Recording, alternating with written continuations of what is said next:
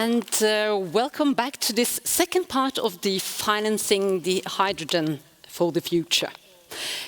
Now we have talked to the more public side, and they basically were saying that we need more money to get this going fast enough. We are in a hurry.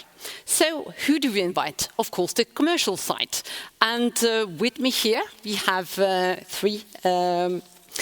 three different players. At my right-hand side here, we have Bjørn Simonsen.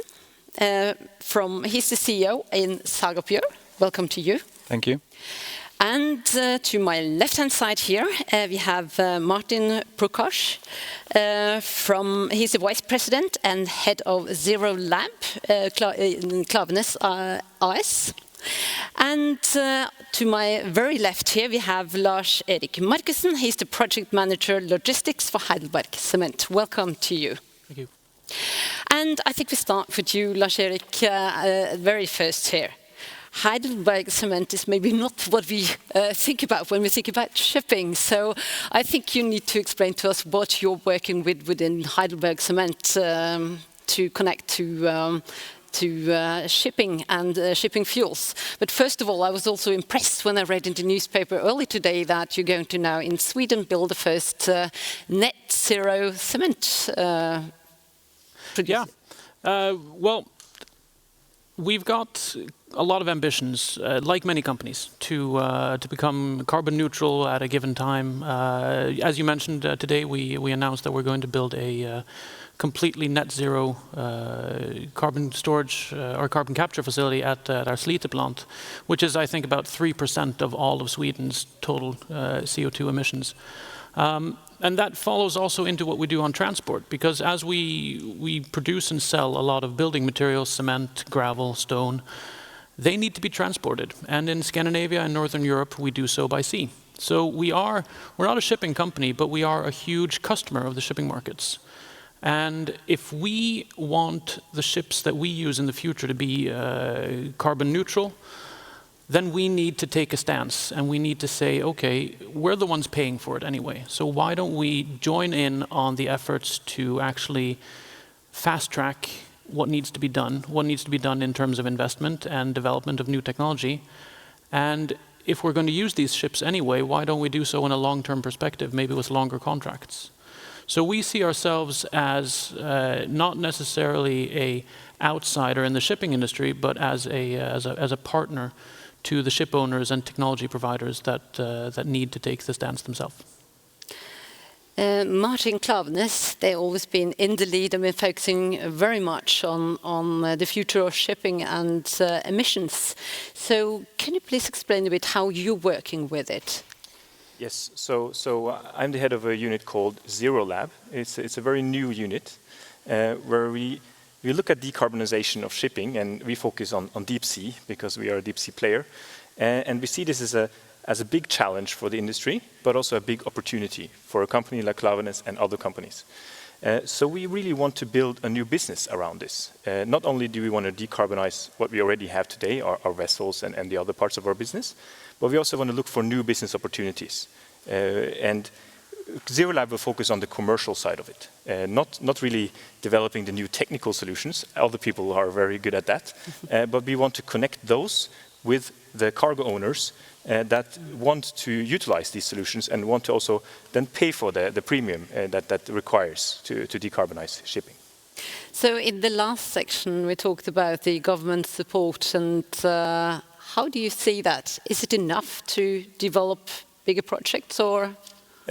A lot of the government support is actually focused on more regional projects and so on. So as a deep sea player, it's more the longer-term regulatory picture, of course, with the IMO and the talks about maybe a carbon tax somewhere in the future. But I think more in the medium term and short term, we see actually pressures arising now from the customer side and also from the investor side.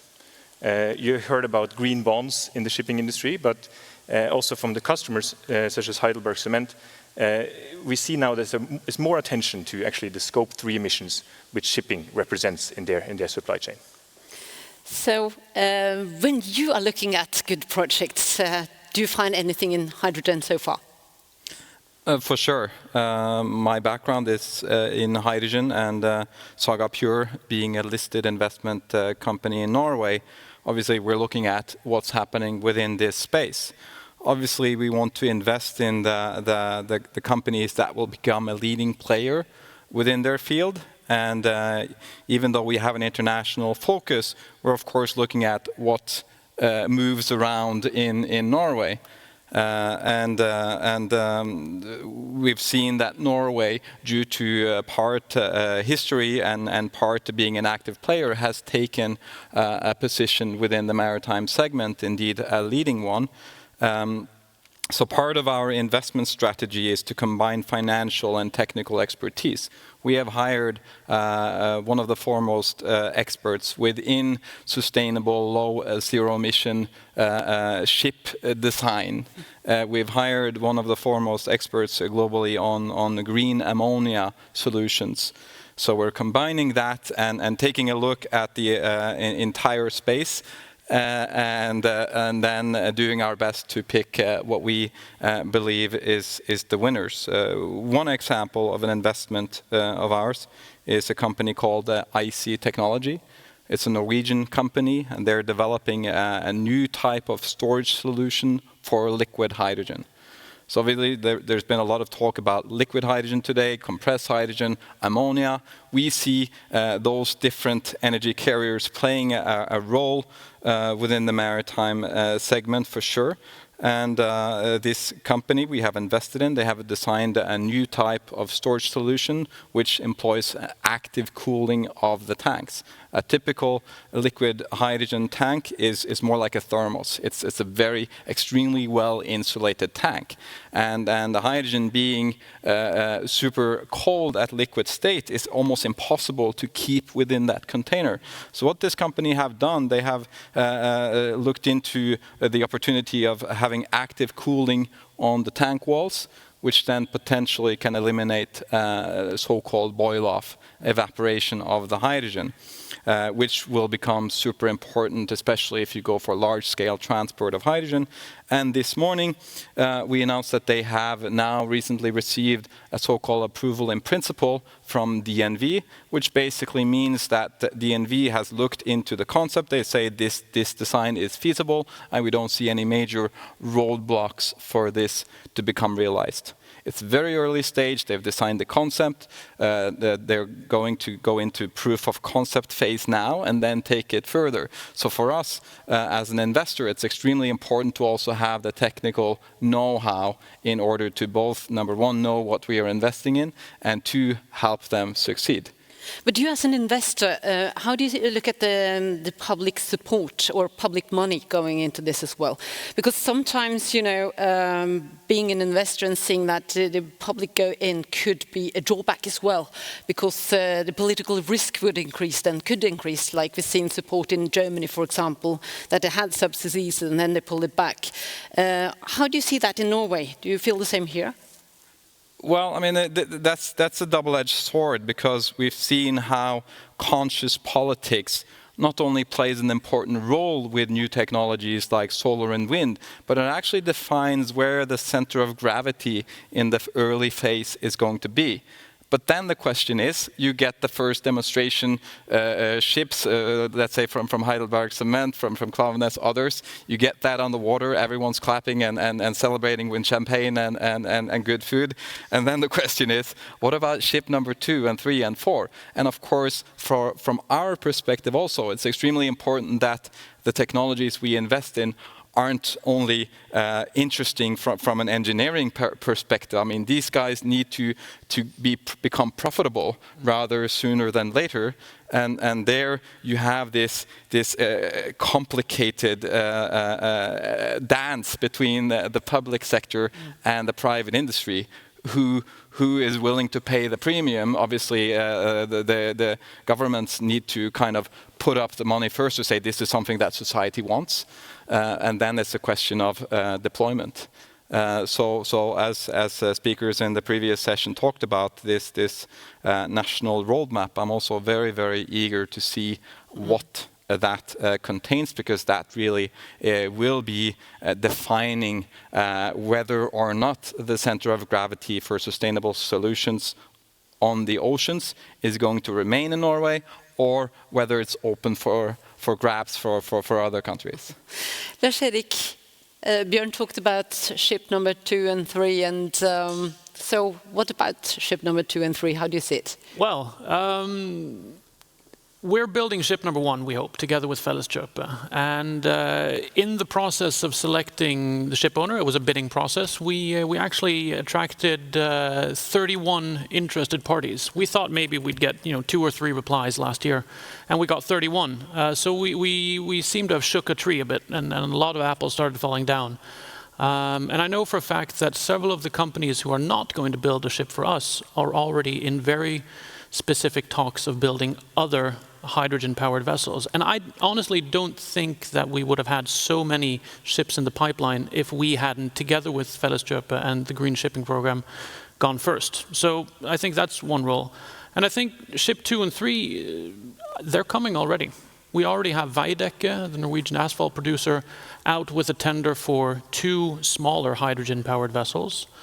I know for a fact that there are quite a few other large Norwegian and international cargo owners who are talking about maybe building similar vessels to ours. They're calling us, they're asking us questions. I'm not all that worried about ship number 2 and 3 as long as we see that you can't just give government support to the first ship. It has to be quite a few. You have to build up a kind of an ecosystem of these hydrogen-powered vessels, maybe even ammonia-powered vessels. We need to start talking about swappable hydrogen containers. Ours is focused on a container system, which we hope will be feasible and possible in the very near future. And once we get that up and going, I think we'll see a 2-tiered market where you have the zero-emission or reduced emission hydrogen vessels, and then you have the rest, the diesel vessels. And I think once we get that ecosystem up and running, ship number 25 and 45 and 98 are going to come as well. When you look at the market, how do you see, where in the world do you see the demand is growing? Because we could talk about Norway, but at the end it's not big enough. So where is the demand coming from? Oh, I would say actually it's probably coming from all over. Now in Heidelberg Cement, Norway, Scandinavia is pretty much the only place where we use vessels in such a large scale that we do here. We do some international trading, but that's on Panamax-sized vessels, but that's a bigger market to crack. But I think, well, in the Green Shipping Program, it's said that we're going to be the first, we're going to be the leaders. And I think that's a fantastic ambition, and it's being noticed. We see on the continent now, the Benelux, the area where you have inland waterway shipping, even Sweden in the Baltic Sea. We hear a lot of requests and questions. Actually, next week, I'm speaking to some of my colleagues in a Heidelberg Cement-owned subsidiary in the UK, who run dredging operations, and they are really eager to hear and learn what we have learned about hydrogen powered here. So maybe suction dredgers could be the next thing. I think it's as simple as looking at, as you pointed out, Björn, we need to make it profitable. Mm-hmm. And as soon as you can crack the numbers and get it profitable, I think the technology spreads extremely swiftly across the globe. Because Martin, you talked about the clients are starting to demand actually that you supply the low emission technology. Yes, it's starting actually with disclosing the emissions first. So there is an initiative launched last year, actually, the Sea Cargo Charter, where we have Trafigura, Cargill, ADM, and some of the other big charterers in the world, actually now putting pressure on operators on first disclosing the emissions related to the transport work, including everything from the ballast leg and to the actual laden leg. And then also, these companies are actually will disclose their results and show, okay, how efficient are actually our chartering activities, our cargo activities relative to the IMO trajectory. So it starts with the transparency, but through that, it also now starts to put pressures on the operators to actually deliver efficient ships to these customers. The problem with deep sea is that it's more challenging to really utilize dedicated ships for trades. Ships are utilized all over the world, and there are a few examples, at least where we operate, where you see dedicated ships going back and forth, and hence the customer on that leg could then decarbonize that ship and have a zero emission supply chain. So that's a big challenge. So we are actually looking into ways to make sure that you can decarbonize a ship, but then actually you could market the emission savings globally from that saving. And that's something we call carbon insets. A lot of people have heard about carbon offsets as a way to fund projects outside of your value chain to reduce the same amount of emissions that you emit. Carbon insets rather looks at how can you reduce the emissions within the value chain you're within the shipping industry, but maybe not physically on the vessels that you are using.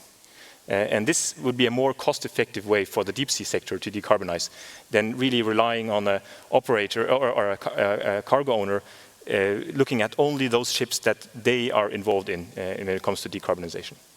So have you heard about this inset? No, I have not. It's an interesting idea. For sure. Absolutely. And I also like the point you said or about the challenges, because obviously where there's challenges, and we heard about some of them from Japan and China and these other regions earlier this morning also, that's where the big opportunities lie. And one of the big challenge now is that you not only need to build a ship, you need to build the entire ecosystem around this. And that's also, from our perspective, an opportunity where we are looking into maybe we can kill two birds with a stone. And we've already also invested in an ammonia production company that looks into producing sustainable ammonia, which of course can be used for fertilizer production, but also for the shipping industry and as a fuel. So I think it's important from an early stage to look at the big consumers and maybe where you can find an interaction between an existing market and an existing off-taker, like for example the fertilizer industry and for example shipping sector, where you can make a good profit producing ammonia sustainably, hopefully, and then address several markets at the same time. Lars-Erik, that must be something for you with different feet in different areas. Yeah, we use, I think just here in Northern Europe, we use 4 or 5 different types of vessels. And they all today run on either LNG or diesel. And I think that in the future we'll see that we'll have 5 different vessels running on 5 different types of energy carriers. We're looking at a fully electric vessel in Sweden. We've got the hydrogen vessel, which is quite well known, and I believe that the cement carriers that we employ today, they will need ammonia in the future. And we've got LNG ships that will sail for decades yet, and so probably will diesel vessels. So I think finding the right fuel and the right energy carrier for the right ships, it's definitely, as Martin points out, easier in the short sea trades. But I think this diversification is something that all of us need to get ready for. And one of the things that I noticed a couple of years back when we started talking about this shift towards greener technology was that it was very technology driven, where you had the people who love hydrogen here and the people who love ammonia here, and they were like seeing each other as competitors. And I think it's more of a symbiosis than a competition. So finding the right solutions for the right vessels is pretty much down to kind of a more cooperation than we see today. You're not afraid that we are getting too diversified, that we're putting the money on too many horses?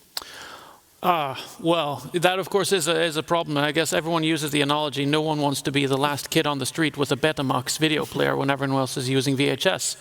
But I think where we are right now, in many ways, decarbonizing shipping is such a burning platform that none of us can afford to sit on the fence and let everyone else decide which format to choose. We have to participate. And of course, some fuels will come and go and not be seen again. But in the meantime, we need to focus on many fuels at the same time. And I think that's just a risk we have to take because, as I said, we don't have time to sit on the fence and wait. So Martin, are we starting to get to a level where we have decreased the risk enough to be competitive with the traditional fossil fuels, or? No, we're not yet there. So if you look at some of the estimates, we're talking at ammonia is still 2, maybe even more times as expensive as using traditional fuels. So we know we're there in that sense. But when it comes to the shipping part of the overall cost of a product sold to one of us today, shipping is a fairly small part of the overall cost. So decarbonizing shipping is definitely something that the world can afford. Those products will be just marginally more expensive. So even though ammonia in the future, hopefully, with the help of some of the companies you're investing in, could get down to 2 times the cost of traditional fuel, or maybe 1.5 times, it's not something that the world cannot afford. It's definitely something that is possible. Yes, and yeah, I think especially the point you take there, that this is not something the world cannot afford. I mean, just look at the container shipping rates today from Asia to Europe. They're at an absolute all-time high. It's never been more expensive to take home a 40-foot container of bicycles from China to Norway than it is right now. We're talking $10,000. When I was working in the container industry 5, 6, 7 years ago, we were talking maybe $1,000. And that has nothing to do with carbonization, but imagine if the market's actually, and we are, willing to pay those extra 20, 30, 40 kroner per bicycle to afford that, to quadruple the actual shipping costs, then of course we as a global society, and certainly we in the West, can afford decarbonized shipping. So looking at it from a bigger perspective, this isn't something that we cannot afford, it's something we have to do. Björn, we've seen that the cost of producing solar power, wind power, battery technology, they've decreased sharply for the last 10 years. When do you see hydrogen is going to get competitive without any subsidies or any help? If you look at hydrogen as a fuel, as a replacement, at least to land-based applications, the average levelized cost of electricity today of new build wind and solar enables a competitive case for hydrogen. So to produce the hydrogen itself as a fuel, as an alternative to at least land-based fuels, I know that ocean-based fuels are still quite a little bit cheaper, but I don't see that as the big hurdle. I mean, 10 years ago we talked about that as a possibility in the future. I think now we're beyond that. Now it's the user side where at least I see the biggest challenges, where we also maybe see some of the biggest investment opportunities, because there it's least developed. I mean, there is no solution for fueling liquid hydrogen on a ferry. I mean, that has to be developed today, and obviously the first 2-3 refueling stations for that are going to be insanely expensive compared to the remaining ones. So we need to kind of get past that hurdle. We need to get past the hurdle of designing these ships and all of that. So on the fuel side, I'm not so worried, at least not in terms of fueling the ships that become available in the near term. And in the longer term, if renewable continues on its trajectory that we see now, I don't see that as a challenge either. So the long-term case here is extremely good. The question from our side, from other side, is how long will this take before we are at that break-even point? How bumpy a ride will it be? I mean, and talking about hydrogen, just since January, we've seen hydrogen companies all over the world drop 40 to 60% in the share price. has nothing to do with the long-term prospects for hydrogen and the case for the hydrogen derivatives and all of that.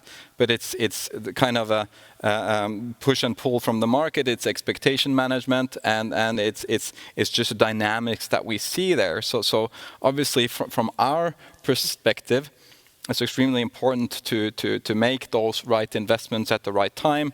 And that is also why we are, from our perspective, are keeping a high focus on the industry expertise, the engineering expertise. So we actually know that, well, this is actually a technology that we see can have a viable future in the long run, and it's not inflated already in terms of valuation.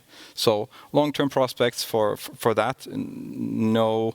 I don't see any hurdles for that. It's rather the infrastructure around it. Craig, we have not forgotten about you. Do we have any questions from the audience? No, we don't have any questions from the audience, but a quick question for Bjorn, if I may. If I've got lots of hydrogen money, if I've got a lot of money I want to invest, do you think I should invest it now or should I wait? That's a fantastic question. Yeah, go all in.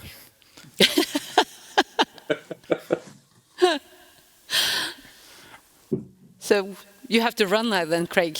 Get all in. I'm going to go to the bank now. Go all in, but spread it thinly, and have a patience for about 10 years' time. Thanks for the tip. But at the very end here, could I ask you, where do you see the infrastructure? Who's going to pay for it? I have a sneaky feeling that we as cargo owners are going to end up paying for it. But I think it's piecemeal. I think everyone involved in this, like Björn jokingly said, have a 10-year perspective.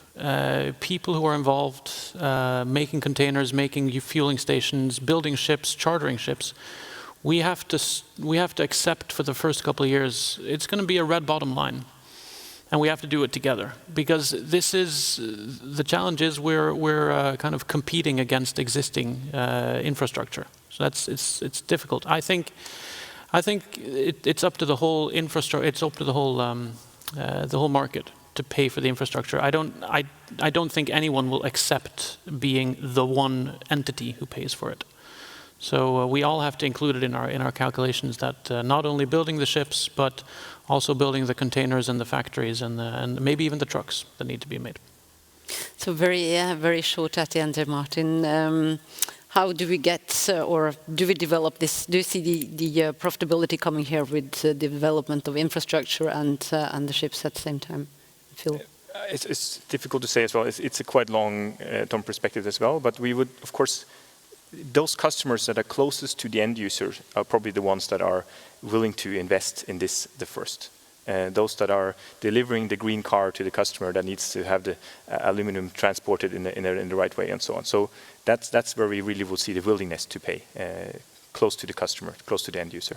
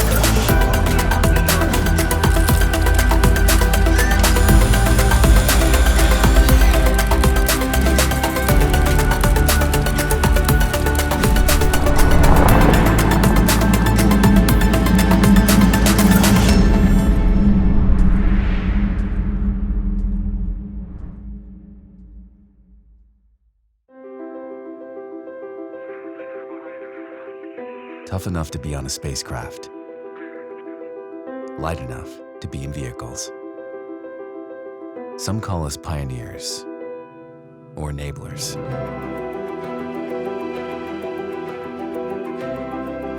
Our composites technology is at the heart of what we do. And we do it with passion. Because we believe that clean air is a right, not a privilege. The maritime industry is facing new challenges. The time to act is now. Hydrogen from renewable energy, combined with our fuel cells, will support you decarbonizing your vessels without compromising the performance. Our marine fuel cell system is developed to meet the highest marine safety standards. And most importantly, we can provide you with megawatt fuel cell solutions today. With us as a partner, your vessels will have high performance, efficiency, and safe operations, with true zero emission. It's time to move to a sustainable shipping. Join the next big wave today.